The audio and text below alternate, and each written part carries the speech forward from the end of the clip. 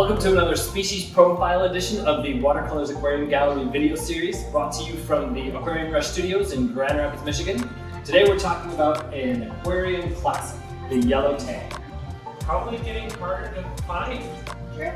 They are, collection in Hawaii. We're going to do a little discussion, brief. We're going to touch on it with what's happening a little bit with the collection in Hawaii.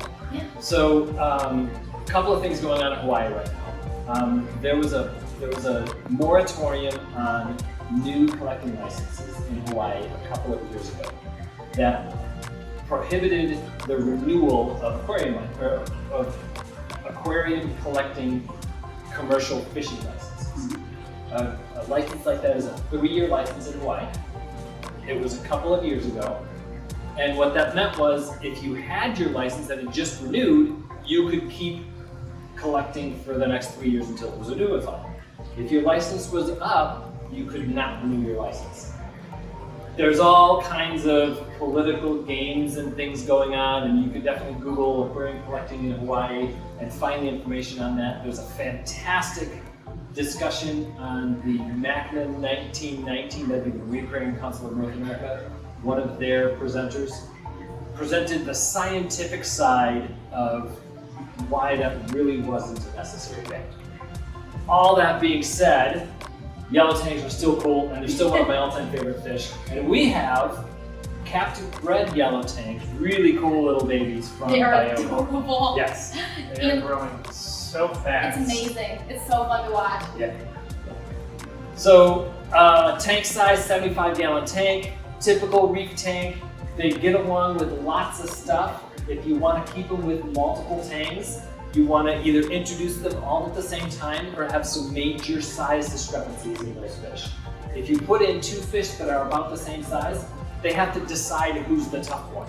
Yeah, this is a good situation where you sort of have to split apart territorialness and, just mean and aggressive, because I've never seen a yellow tang go after anything that wasn't a tang.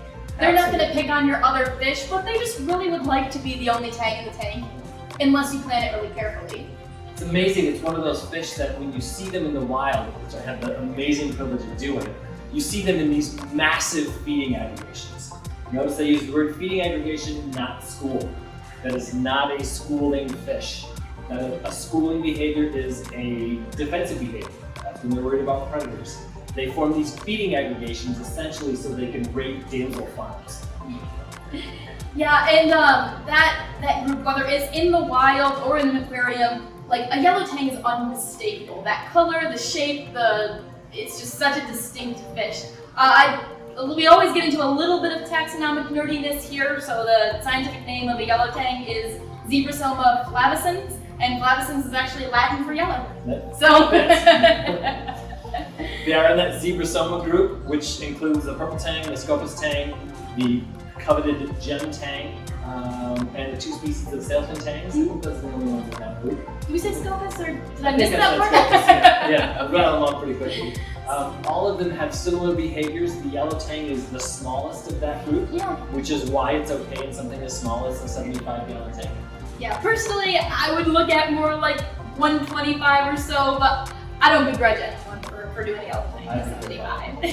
Yep. We should probably go over a little bit diet and breeding mechanism for that, just since it is sort of something that has been talked about as captive bred. So, Charles.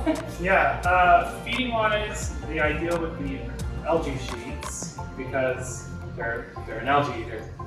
So that's really what's the ideal for them. But a lot of them can be acclimated to eating pellet foods, especially the captive bred ones. They seem to take it up pretty readily. And then when it comes to breeding, that's something that people only figured out in the last few years because the tough part about them is they're pelagic spawners. So most marine fish that we habitually spawn in captivity are going to be like, I think the word is demersal spawning, or a substrate spawn. Yeah. Pelagic would be open water, right? Yeah. So they're casting their eggs off into the current. If you were to watch them in spawn in the suitable environment, they do a quick dash up the top of the water in small tanks. In the wild, they would still be 30 feet above otherwise. They dash up into the water column and they just release all their gametes and hope for the best. Like a dance. Yeah. it's got to be an amazing sight to see. A group of them is an amazing sight to see. So they are a Hawaii endemic, which means they're only found in Hawaii. Yeah. I remember when you could buy a yellow tang for $14.99. Yeah, not so much anymore. That was like at an aquarium store. Yeah. That cost. That was Yeah. that was what they cost. Yeah. There, it says something like 70% of their range is restricted for collection now. They're not found too far outside of Hawaii most of the time. They're very, very plentiful in Hawaii. There is no risk of finding yellow tangs. Yeah, they're not threatened in any way as far as I know. Right. So a fantastic addition to any of the medium to large reef aquariums. Beautiful fish. That striking yellow is impossible to match. Yeah. Just a great fish. Another fish that's earned all of the affection it's given. Absolutely. Because I love tangs in general, but I mean, you never get tired of the yellow tang. Nope. I agree. And I think this is one that we're just going to have to accept the future of them on these captive bred. Yeah. Probably how they're going to end up. With how these captive bred ones are coming in, I can't complain too much about that. Right. And you know, one of the challenges of captive bred fish is it eliminates the income potential in their native land. Yeah. Hawaii is not one of those places that's really struggling for income. I know there are those Yeah. that does take away a little bit of the people that fish for yellow tangs. Mhm. It's Hawaii, there's other sources. It's different than when we're talking about a place that relies exclusively on some type of fishing. Yeah.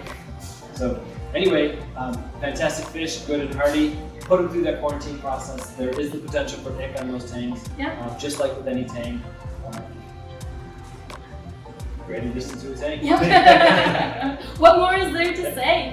Check out our podcasts on watercoloraquarium.com, Spotify, and iTunes. Look for more of these videos coming out. We are always trying to do fun things. Be sure to follow us on all social media. We're on Facebook, we're on Instagram, we're on Twitter, and always send us a message and get in contact. And show us some pictures of the yellow tangs in your tank. Absolutely. And in the meantime, have fun and keep those hands wet.